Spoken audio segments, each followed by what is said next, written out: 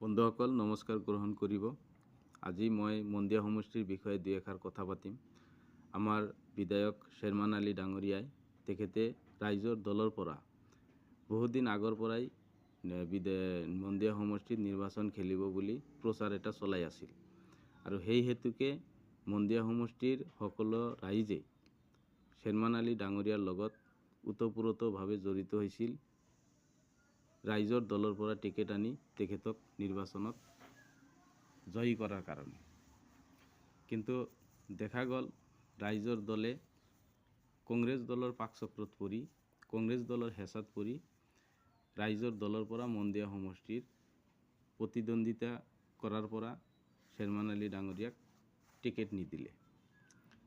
তেখেতসকলে কংগ্ৰেছ দলৰ পাকচক্ৰত পৰি কংগ্ৰেছ দলৰ প্ৰৰোচনাত পৰি মন্দিয়াবাসী যি ৰাইজ তেখেতসকলৰ মনৰ যি আৱেগ যি অনুভূতি সেই আৱেগ অনুভূতিক ভৰিৰে মোহাৰি পেলাই তেখেতসকলে বন্ধুত্বমূলক যি নিৰ্বাচন সেই নিৰ্বাচন খেলাৰ পৰা শ্বেৰমান আলী ডাঙৰীয়াক বিৰত ৰাখিলে। এয়া সম্পূৰ্ণৰূপে এটা জাতিক অপমান কৰা বুলি মই অনুভৱ কৰিছোঁ। সংখ্যালঘু জনগণক অপমান কৰা বুলি মই অনুভৱ কৰিছোঁ। সেই হেতুকে মই আগৰ পৰাই বিভিন্ন সময়ত কৈ থাকোঁ যে এনেকুৱা যিসকল সংখ্যালঘু নেতা আছে, যিসকল নেতাই সকলো সময়তে ৰাইজৰ সুখ দুখ সকলো সময়তে ৰাইজৰ লগত উঠা বহা কৰে, ৰাইজৰ সকলো সমস্যাৰ সমাধান কৰাৰ চেষ্টা কৰে, সকলো সংখ্যালঘু ৰাইজৰ যি দুখ কষ্টৰ কথা সদনত উত্থাপন কৰে, সেইসকল অগ্ৰণী শক্তিশালী নেতাসকলে কেতিয়াও কোনো দলৰ মহতীয়া হ'ব নালাগে, কোনো দলৰ শৰণাপন্ন হ'ব নালাগে। কাৰণ এইসকল যি ব্যক্তি আছে তেখেতসকলৰ যি মুক্ত কণ্ঠ, তেখেতসকলৰ যি ৰাইজৰ প্ৰতি ভালপোৱা, ৰাইজৰ অভাৱ অভিযোগ দূৰ কৰাৰ যিটো কণ্ঠ, সেই কণ্ঠটো সকলো সময়তে ৰাজনৈতিক দলৰ যি প্ৰলোচনা, ৰাজনৈতিক দলৰ যি বাণ্ডিং, সেই বাণ্ডিঙৰ ভিতৰত থাকি কথা ক'ব লাগে।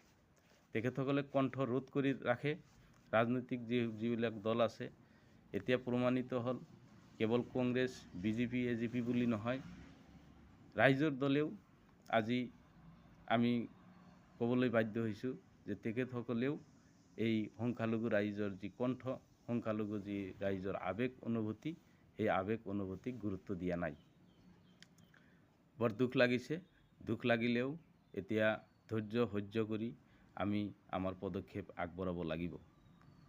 সেই হিচাপে মই পৰামৰ্শ দিব বিচাৰিছোঁ, এই মুহূৰ্তত যিহেতু নমিনেশ্যন লোৱাৰ মাত্ৰ আছে 2-3 দিন, এই 2-3 দিনৰ ভিতৰত মই ভাবোঁ শ্বেৰমান আলী ডাঙৰীয়াই কোনো ৰাজনৈতিক দলৰ পিছে পিছে ঘূৰিব নালাগে। কাৰণ এনেকুৱা ব্যক্তি, এটা বাংলাত কথা আছে, একাই 100, আমি একাই 100। এনেকুৱা ব্যক্তিৰ কোনো দলৰ প্ৰয়োজন নাই। এনেকুৱা ব্যক্তি মুক্ত কণ্ঠে মাত মাতিব, তেখেতসকলে মুক্তভাৱে তেখেতসকলৰ কণ্ঠ বিধানসভাত উত্থাপন কৰিব। এয়া আমি ভাবোঁ সংখ্যালঘু ৰাইজে তেনেকুৱা এটা পৰিৱেশ এনেকুৱা নেতাক দিব লাগে। সেই হেতুকে মই গোটেই মন্দিয়াবাসী যিসকল শ্বেৰমান আলী ডাঙৰীয়াৰ শুভ আকাংক্ষী আছে তেখেতসকলক অনুৰোধ কৰিছোঁ, আপোনালোকে পৰামৰ্শ দিয়ক। এইজন ব্যক্তিক কোনো তৃণমূল কংগ্ৰেছ, কোনো এজিপি বিজেপি এইবিলাক কোনো দলৰ পিছে পিছে ঘূৰিবলৈ বা তেখেতক এইবিলাক দলৰ পৰা টিকেট আনাৰ কাৰণে অনুমতি দিয়াৰ কোনো প্ৰয়োজন নাই। তেখেতে নিৰ্দলীয় হিচাপে খেলক।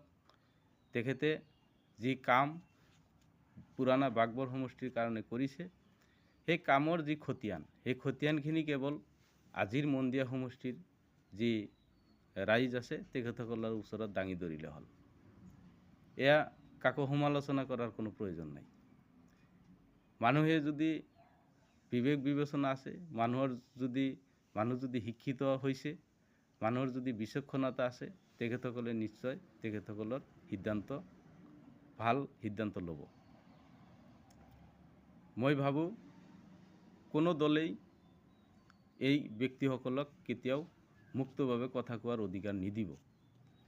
গতিকে এইবাৰ এটা সোণালী সুযোগ। এই সোণালী সুযোগত মন্দিয়া তথা নামনি অসমৰ এটা নজিৰ গোটেই অসমত দেখুৱাই দিব লাগে যে আমি নিৰ্দলীয় হিচাপেও মানুহক জিকাই দিব পাৰোঁ। এই যি পদক্ষেপ যদি আপোনালোকে নলয় তেতিয়াহ'লে অনাগত দিনত আজি শ্বেৰমান আলী এদিন গুচি যাব, আমিও গুচি যাম, এই পৃথিৱীৰ সকলো মানুহে গুচি যাব, কিন্তু এই যিটো নিয়ম দিল্লীৰ পৰা টিকেট ঠিক কৰা, এই যিটো নিয়ম গুৱাহাটীৰ পৰা টিকেট ঠিক কৰা, এই নিয়মটো পৰিৱৰ্তন কিন্তু কেতিয়াও নহয়।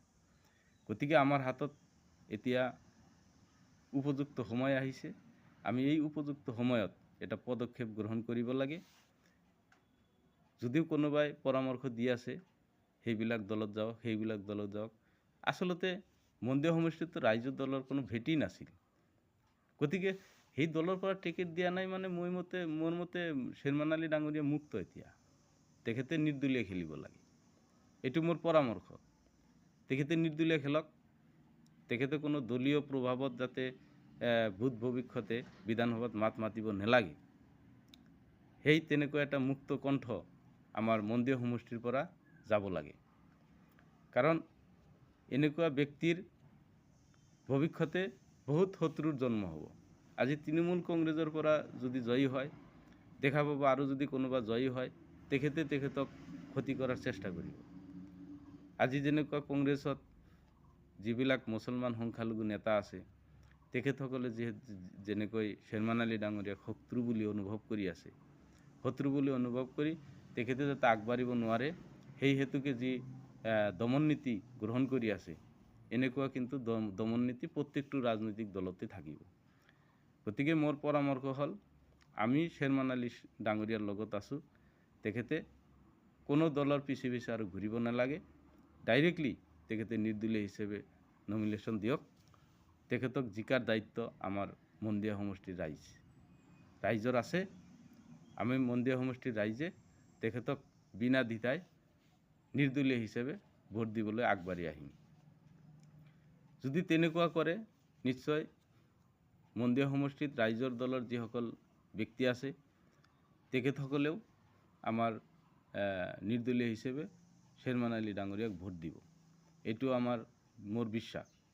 গতিকে মই এইখিনি অনুৰোধ কৰি মই আজিৰ ভিডিঅ'টো সমাপ্ত কৰিলোঁ। ধন্যবাদ। জয় অসম।